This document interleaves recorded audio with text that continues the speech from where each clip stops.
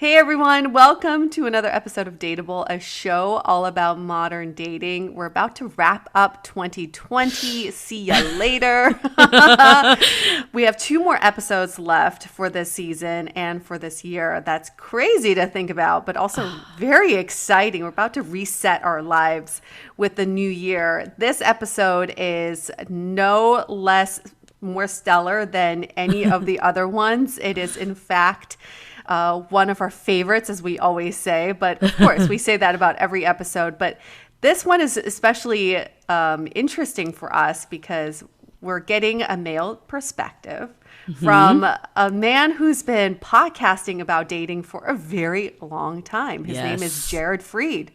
Yes, and he's a comedian, and he also has a couple of podcasts of his own, You Up, with Jordana Abraham, who we've also had on the podcast, and she is a founder of Betches, so many of you have probably heard their stuff for a long time or been to their website, etc.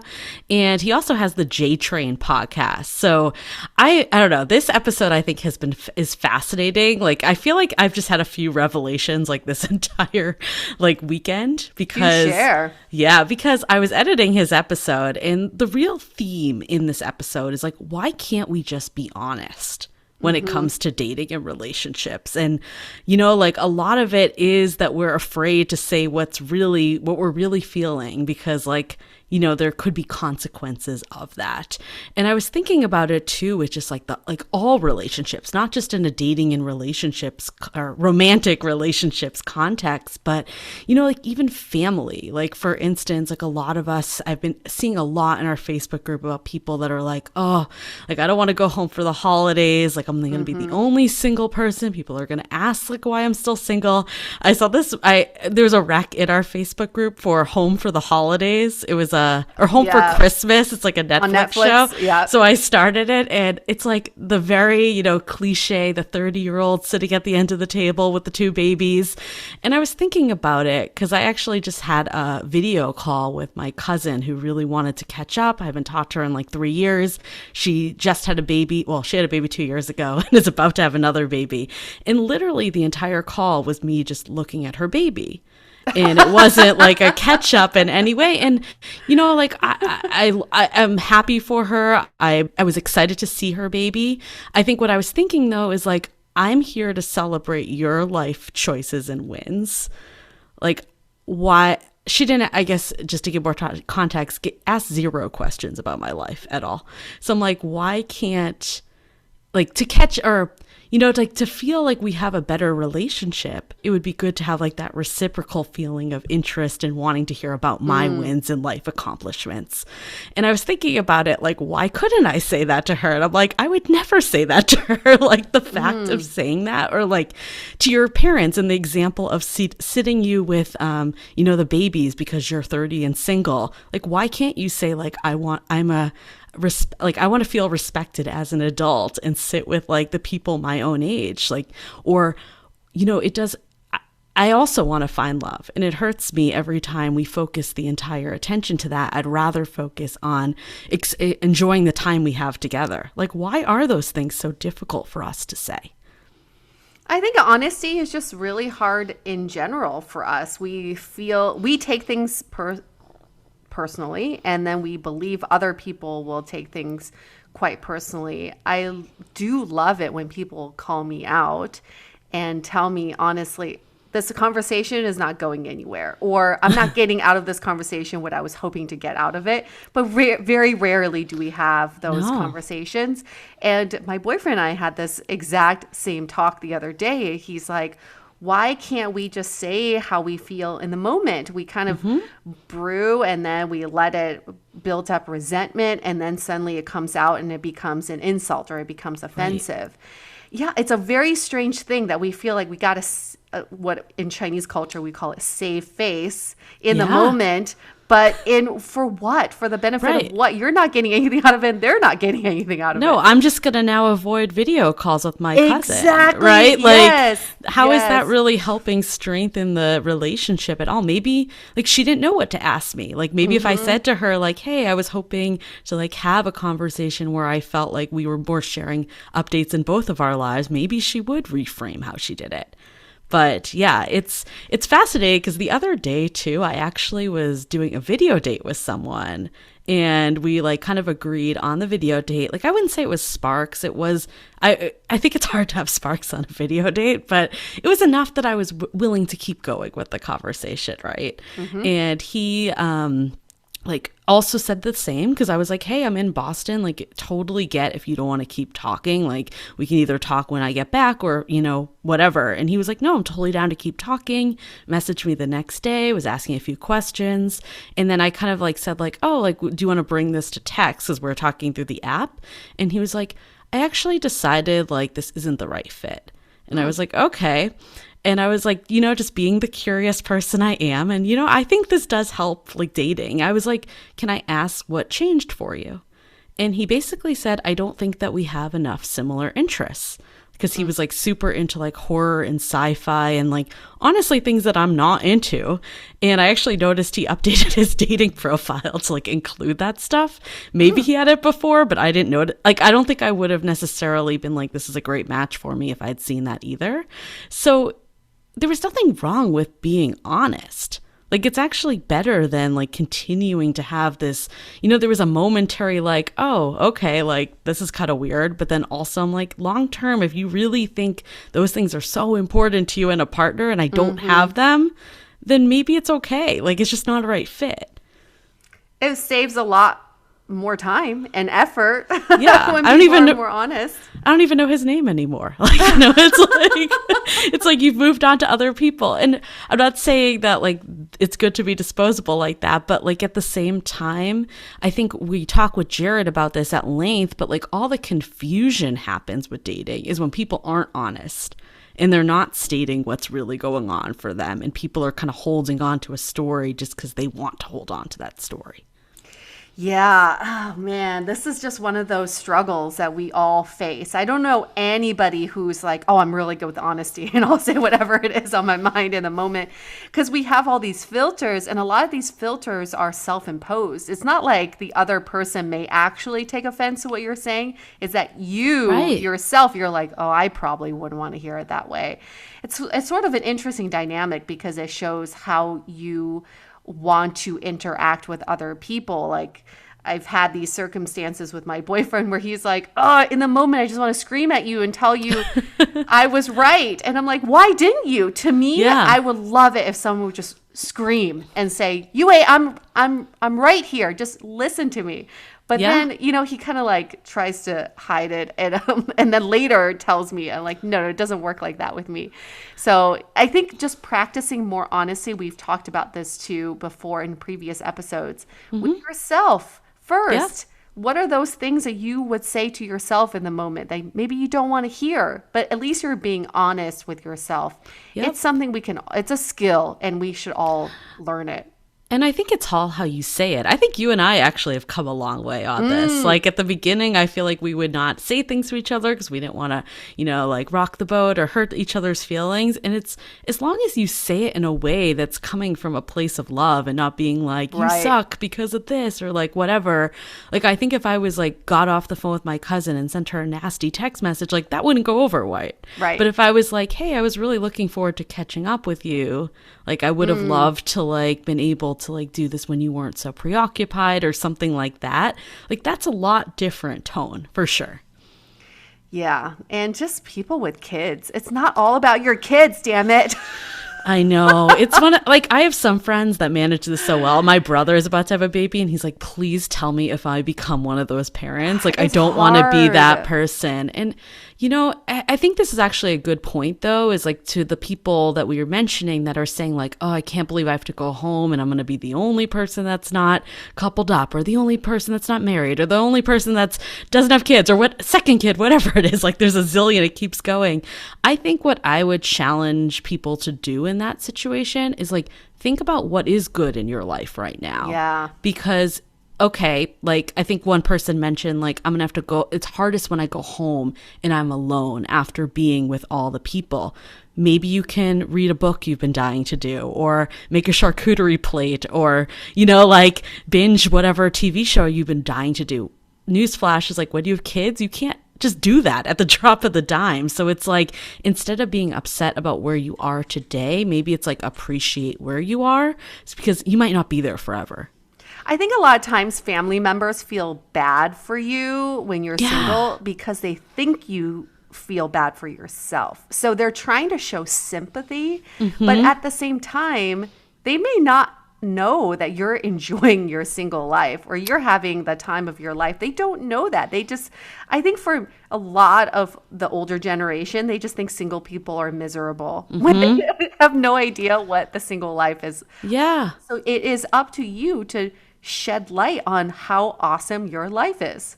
Totally. Because I was thinking about that today. This was like my world of revelations, because I also visited my grandmother, who is, to be honest, not doing well. Like, she has Alzheimer's, really just does not remember much. And there was a period of my life, like, I was always very close with my grandmother, but she'd always ask me, like, are you dating someone? And I'm like the one single person of all my cousins on that side. So it's always been this like stickling point that I'm like, oh, like, I love seeing her, but I don't want to like have this conversation. And I'm like, I need to step back and be like, she just doesn't know a world where someone could actually just be a single woman and like take care of themselves. Yeah, they don't know. And honestly, like, it's kind of sad now because she doesn't ask me this stuff anymore, because she just honestly probably just doesn't even know what's going on in my life because of just her condition. So I think it's hard. It's like, but meeting people like kind of with empathy, that they're just not in the same worldview that you're in because of just age.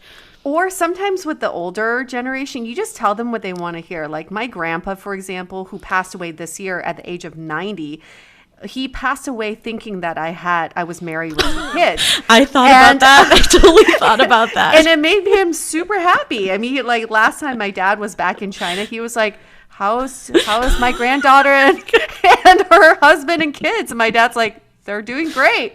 And then my grandpa, who's seen maybe too many photos of Mojo, would always think I have this rambunctious son who's very pale. He'll always be, how's her pale son doing? Oh my God. It's fantastic. You know that I'm not going to argue with him. He's 90 years old. And like, it's awesome. Grandpa, my family's great. My son is doing awesome. Like, you can rest easy. And he passed away thinking that. That's fantastic. I totally joked to my parents saying that. They were like, don't do that. And I'm like, I could just like tell her and she'll be super happy, you know? Yeah. And just now I'm going to tell them that Yue did that. Well, I mean, I don't know if anybody told him that. He just thought it up in his mind, and it just stuck you with just him. Omitted certain details. I just didn't. I didn't clarify. Exactly. I did not. I did not disagree with his statements. Right. That's like a friend of mine he's outwardly gay, but his grandparents don't know. And like, he would always bring women to like weddings, like female friends, and they'd be like, oh, he's such a player. And they just were like, we're just going to not say that, you know, like, not that obviously it was just a generational thing. And again, like, not like, maybe honesty though, like maybe you could be like maybe there isn't something wrong with saying like, hey, I actually really love my life. Like, I'm fully supporting myself. I'm happy with who I am and where I'm going. Like, maybe they just don't know. Yeah, I know. Either you tell them full honesty, or you just let them believe whatever they want to believe. Whatever you think it's easiest for you in dealing with your family. Well, that's the problem that brings it back to dating, is like when you think it's easier when you ghost, for instance. You know, like that's where it all comes full circle. But we'll get into it in this conversation. It's a good one. Definitely listen through the whole thing on it. I took a lot away. What we love about all of these conversations that we have is that you learn something new about yourself. So I really love the last sounding board event we just did, a sounding board event with Logan Yuri that we just did on the science of dating, where we had people take our quiz, which is all about dating tendencies, where you would either come out to be a maximizer, a romanticizer, or a hesitator. And it seemed like 90% of our sounding board members were maximizers, which is not a surprise, where you try to optimize the situation, you do a lot of research on your potential dates, and you become really indecisive at times because you're like, maybe there's something better out there. But Louise posted a very interesting question in our Facebook group. She said, as a maximizer, how do you reconcile this feeling of having these sort of unrelenting standards and knowing that they're unreasonable at times, and also not wanting to settle? Right. And so how do you kind of handle these two conflicting thoughts? And I feel like so many people are going through this. Is on one hand, you want to be with the best person for you, but on the other hand, you also know that you have these expectations that you may not communicate to your potential suitors, that makes it very impossible to date you. So I would say to that is settling is we need to redefine what settling is. I think settling is about finding the person that you feel like is the right person for you and creating a life with them, knowing that there are going to be more problems and challenges down the line, that your life is not going to be perfect. Settling is not about giving up your standards and your values and saying, fuck it, throw them out the window and being like, next, whoever's next, I'll take you. That is the old school way of thinking about settling. So maximizers can absolutely settle as long as you know that in the future, there's still going to be more problems that you're going to have to work through. You're not going to be with someone perfect. I feel like this was the week of getting to know you quizzes between the sounding board event and then also our last week episode about relationship schemas, which it kind of leads to the question of the day this week. But it's definitely been one of those like self-reflecting weeks. And we're going to have Logan back on the podcast to talk all about the maximizers a bit more. Absolutely. So you brought up the would you rather for this week, and the question is sort of a complicated one, but it's if there was a service that could aggregate all of the compatibility tests, ranging from attachment styles, Myers-Briggs, astrology, love languages, Enneagram, schemas, etc., all of it, to give you a list of people who are most compatible with you, would you rather to have a full list of full names of people who are compatible with you, but they could be anywhere in the world, and it doesn't take into account duplicate names? Or would you rather have a list of the number of people who are most compatible with you within a 0.5 mile radius of wherever you are? Wow. I know. Okay, so I want to maybe a clarified question that you could give me. Is the 0.5 miles by design in this question? Because that's pretty close to your home. It's pretty close to your home. Yes. Well, at first we had it, I was thinking about a 1 mile radius, but depending on where you are, 1 mile radius could either cover a lot of people or nobody at all. But 0.5, that could be someone literally in your dorm room. It could be someone in your apartment complex. It could be a neighbor. And it's something that I think could determine your next location, wherever you want to move to. Oh, so you would find out, like, let's say you hypothetically had 0 people in a 0.5 radius of where you are today. Would that be the info you get? Or would you? The number changes based on wherever you are. Got it. So if I had 0 in my current location, I could move somewhere else and then see. Yes. Oh, okay. Interesting. Yeah, but the other one is just it's a list of names. That's it. That's not changing because that's your full list. It's exhaustive. So I was going to go with the 0.5 miles, but then I was just that's why I asked the clarifying question. I was just thinking that's really small. Yeah. So what if there was 0 people on that list? Like if there was like 2 or 3, you could at least abstract it out to figure out how many were in your general area. But if it's 0, it'd be really hard to keep moving locations in hope of finding someone all the time. So therefore, I'm going to opt for the list. And so I was just thinking about it, I'm like, okay, I'm in San Francisco, no one. Then I either have to move to a different area or I have to like move to LA or like Seattle. Like that could be like a never ending thing. It's true. I mean, but it's also if you're on vacation, if you're out walking around, you can explore different neighborhoods. I also think, so obviously we're kind of opposing here because I would choose the 0.5 mile radius because it would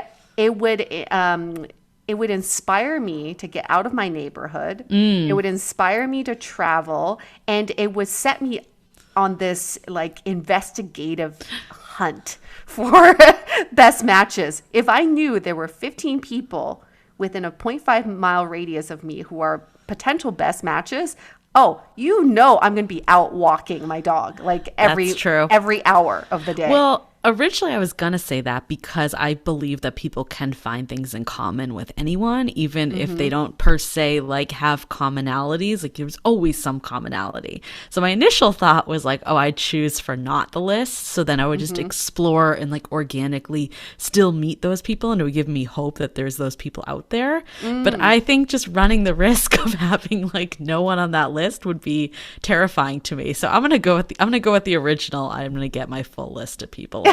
Stalk them heavily on LinkedIn and Facebook. Although, what would you say to them? Like, hey, we're a perfect match.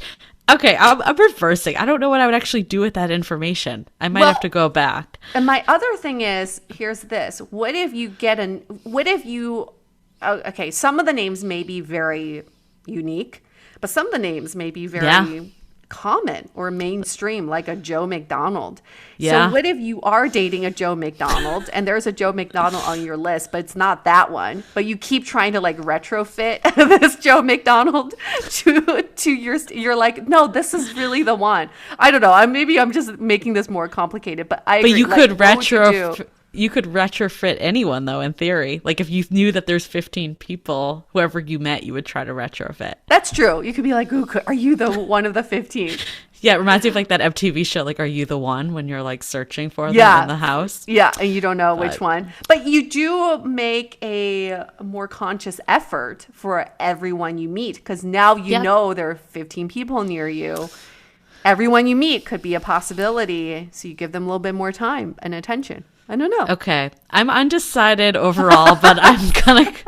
Julie's now just confused. She's like, fuck it. My head is spinning. But I don't want to do it. Now if I'm going to go with one of them, I think I might actually change my answer to the 0.5-mile radius, because I don't know what I would actually say to someone. Like, I'm just thinking about if I got a message from someone on Facebook being like, hey, we're the perfect match, I'd be like, delete, like, what the fuck? So what does that do? Okay. What did the people say? The people said 70% chose they want the full names. Oh. And 30% said they want the number. And I think people who are sort of into like murder mysteries are into the number. Like Janice, she's like, just a number. That way I know. I'm just like out there searching for what percentage of people.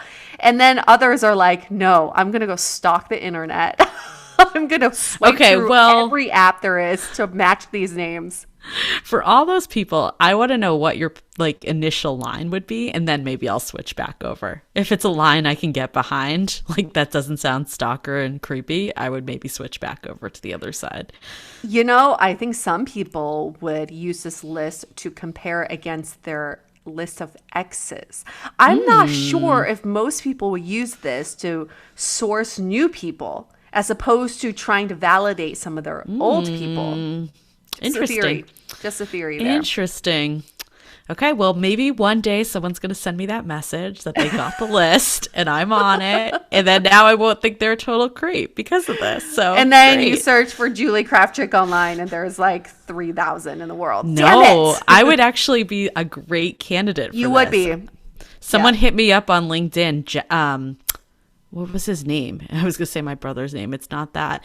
It was some other Kravchuk, and he was like Jared Kravchuk or something. And I'm like, whoa, this is weird. It's not a common name. It's not. Good for you. My name is way too common in China. There's like I was like, not million. In the U.S., but yes. Not in the U.S., but there's like 50 million of them in China. So it'd be very hard. And it's also a predominantly boy's name. Whoever got my name on their list, woo, confused, very confusing.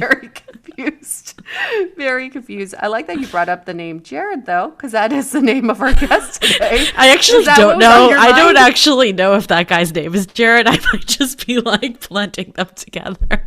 I'll stay tuned for next week. But he just like hit me up on LinkedIn and was like, "Hey, fun thing. I'm also a Kravchuk." I'm like, okay, accept. Is he single? Is he cute? What? I think I don't know. He is kind of cute. Get on it. You don't have to change your last name. I don't think he's single. I think he might be married, but we'll see. He's a YouTuber, actually. Okay, we got to get on this train. We got to get on that craft chick train. Okay, can we get to Jared? Not Jared Let's Craft do Chick. Not Jared Craft Chick, but here's Jared Freed.